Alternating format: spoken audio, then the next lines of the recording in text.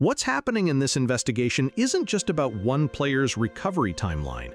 We're looking at a medical pattern that has experts quietly concerned, and the signals I've been tracking point to something the WNBA world needs to understand before it's too late. Jackson Riley here, and I've been filtering through the noise around Caitlin Clark's injury situation, and what I've uncovered goes way deeper than the day-to-day speculation flooding your feeds. While other channels chase false comeback confirmations, I've been connecting the medical dots that paint a completely different picture about what's really happening with her body. This isn't about when she's coming back. This is about whether the way she's breaking down reveals something that could define the rest of her career. And after weeks of investigation, the temperature of the medical conversation suggests we're looking at a pattern that nobody's talking about publicly.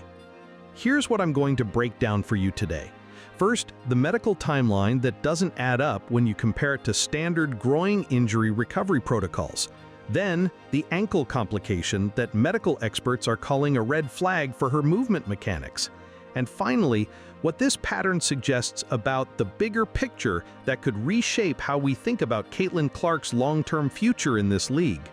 If you're here because you want the real analysis behind the headlines, hit that subscribe button right now, because what we're diving into today is the kind of medical detective work that other channels won't touch, and you're going to walk away understanding exactly why the experts I've been talking to are more concerned than they're letting on publicly. So let's start with the facts, because the timeline alone tells a story that should have everyone paying attention. On July 15th, Caitlin Clark was diagnosed with a right groin injury. Standard recovery for groin strains? Medical literature puts it at 2 to 4 weeks for grade 1, 4 to 6 weeks for grade 2, and 6 to 8 weeks for grade 3 injuries. We're now at week 5, and instead of improvement, we're seeing complications. August 7th, during what should have been routine rehabilitation, she suffers a bone bruise on her left ankle. That's not random, that's compensation. When I started digging into the medical patterns here, connecting the dots with sports medicine specialists, the consensus keeps pointing to the same concern. Groin injuries that extend beyond the typical 4 to 6 week window often indicate either misdiagnosis, inadequate initial treatment, or underlying biomechanical issues that need addressing. But here's where it gets interesting, and this is where the official sources won't tell you the full picture. ESPN quietly pushed her estimated return date from August 26th to September 2nd. Coach Stephanie White's latest update on August 20th was telling. Until she can get into practice, and until you guys see her in practice, it's really status quo. That's not progress language, that's plateau language. The temperature of the online conversation among medical professionals suggests something deeper is happening here. When groin injuries linger this long, especially in elite athletes with access to top-tier medical care, it usually means one of 3 things. The initial injury was more severe than reported, there's an underlying structural issue, or the biomechanics that caused the injury haven't been corrected. Now let's get into rumor territory, because the signals from inside the organization tell a different story than what's being reported officially. Sophie Cunningham, who's been rehabbing her own injuries alongside Clark, revealed something on her podcast that medical experts I've spoken to say is actually the most honest assessment we've heard. She doesn't even know when she'll be back. Literally, it's a day-by-day legit type of thing. That's not typical recovery language for a straightforward groin strain. Day-by-day assessments 5 weeks into recovery? Medical professionals are telling me that suggests either chronic inflammation, nerve involvement, or biomechanical compensation patterns that are preventing normal healing progression. But the story doesn't end there, because the ankle injury changes everything about this medical picture. When athletes compensate for groin injuries, they alter their gait, their landing mechanics, their entire kinetic chain. The fact that she developed a bone bruise during rehabilitation tells us her body is trying to protect the groin by shifting stress elsewhere. I've been following the digital breadcrumbs from sports medicine specialists, and the pattern they're describing is what they call a cascade injury sequence. The groin injury changes how she moves, which stresses the ankle, which then affects her entire lower body mechanics when she eventually returns. Reading the signals from medical professionals who work with elite athletes, this isn't just about one injury anymore. It's about whether her movement patterns have been fundamentally altered in ways that could affect her long-term durability. The medical community uses a term called return to sport readiness that goes beyond just pain absence. It includes strength testing, movement screening, and biomechanical analysis to ensure the athlete won't just re-injure or develop compensatory injuries in connected areas. But here's what official sources won't tell you. If you follow the digital breadcrumbs from the rehabilitation timeline, a different picture emerges.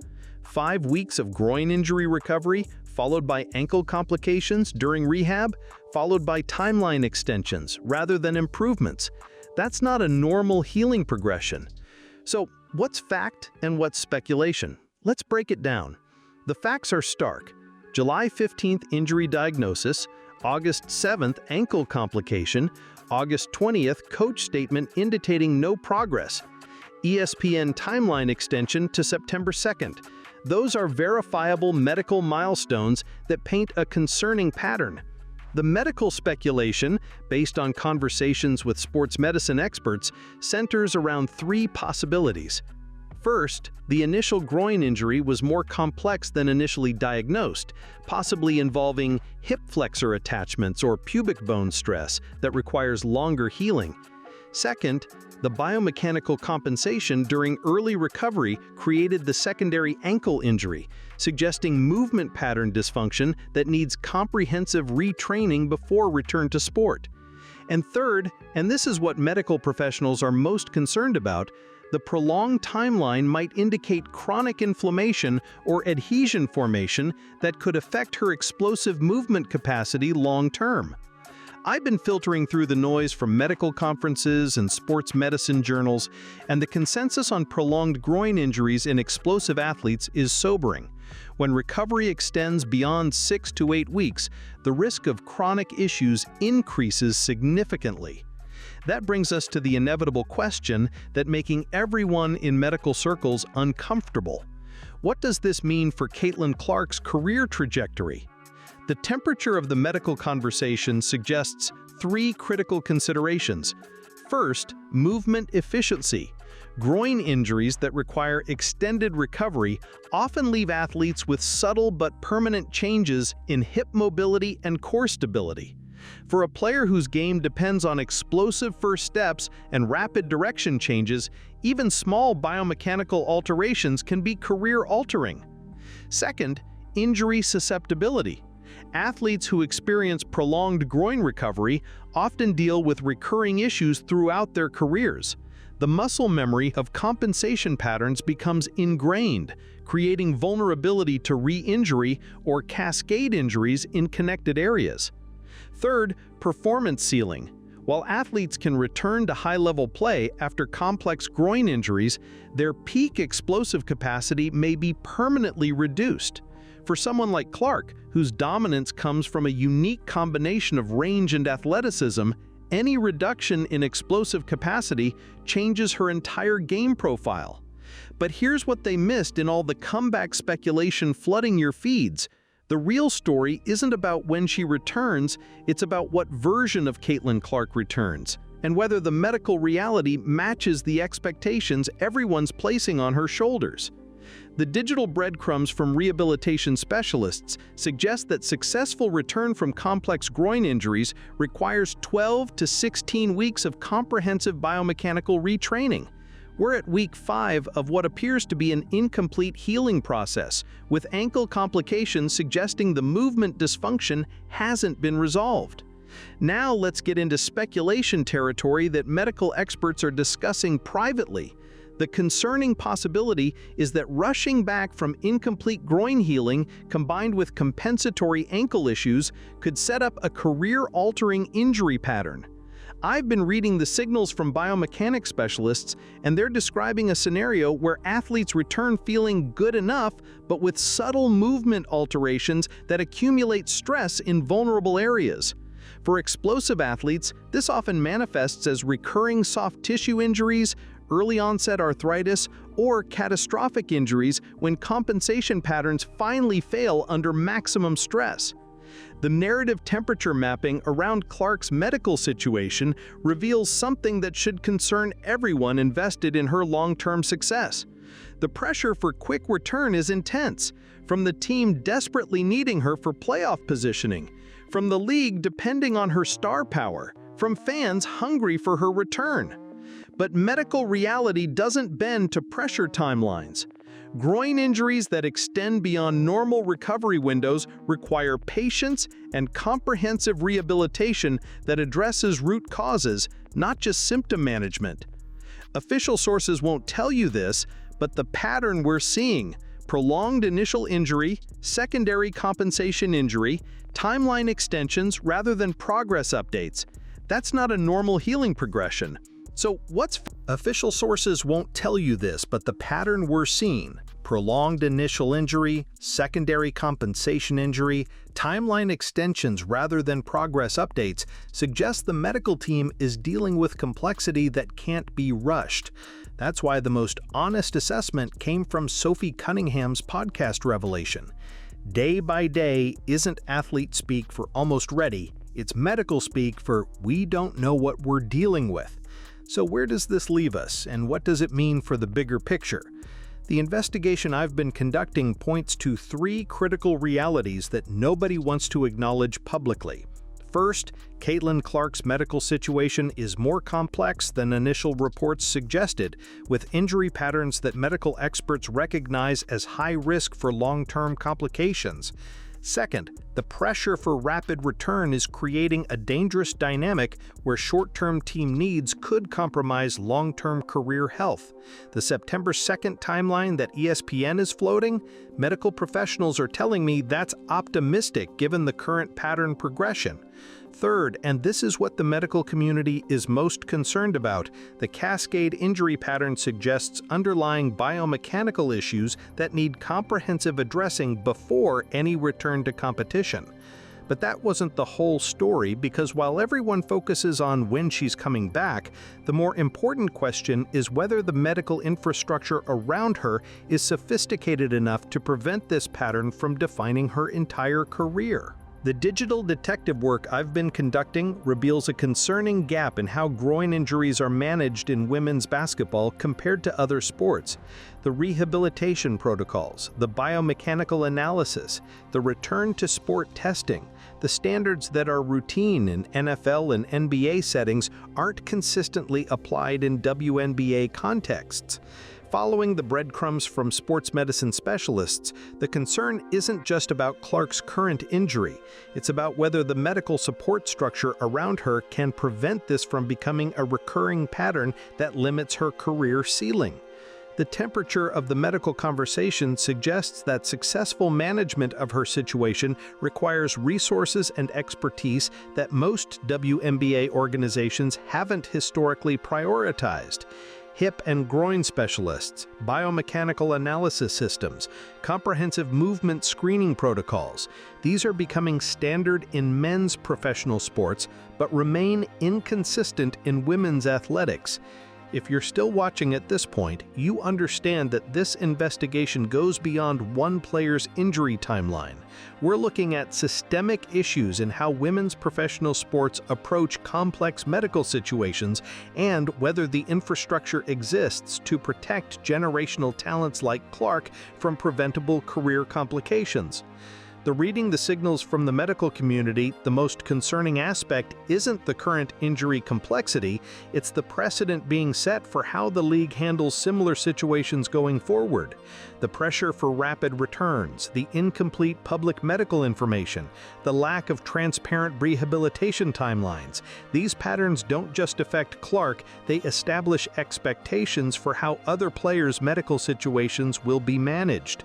The narrative temperature mapping reveals that fans and media are so focused on comeback timelines that they're missing the bigger story about athlete health infrastructure in women's professional sports.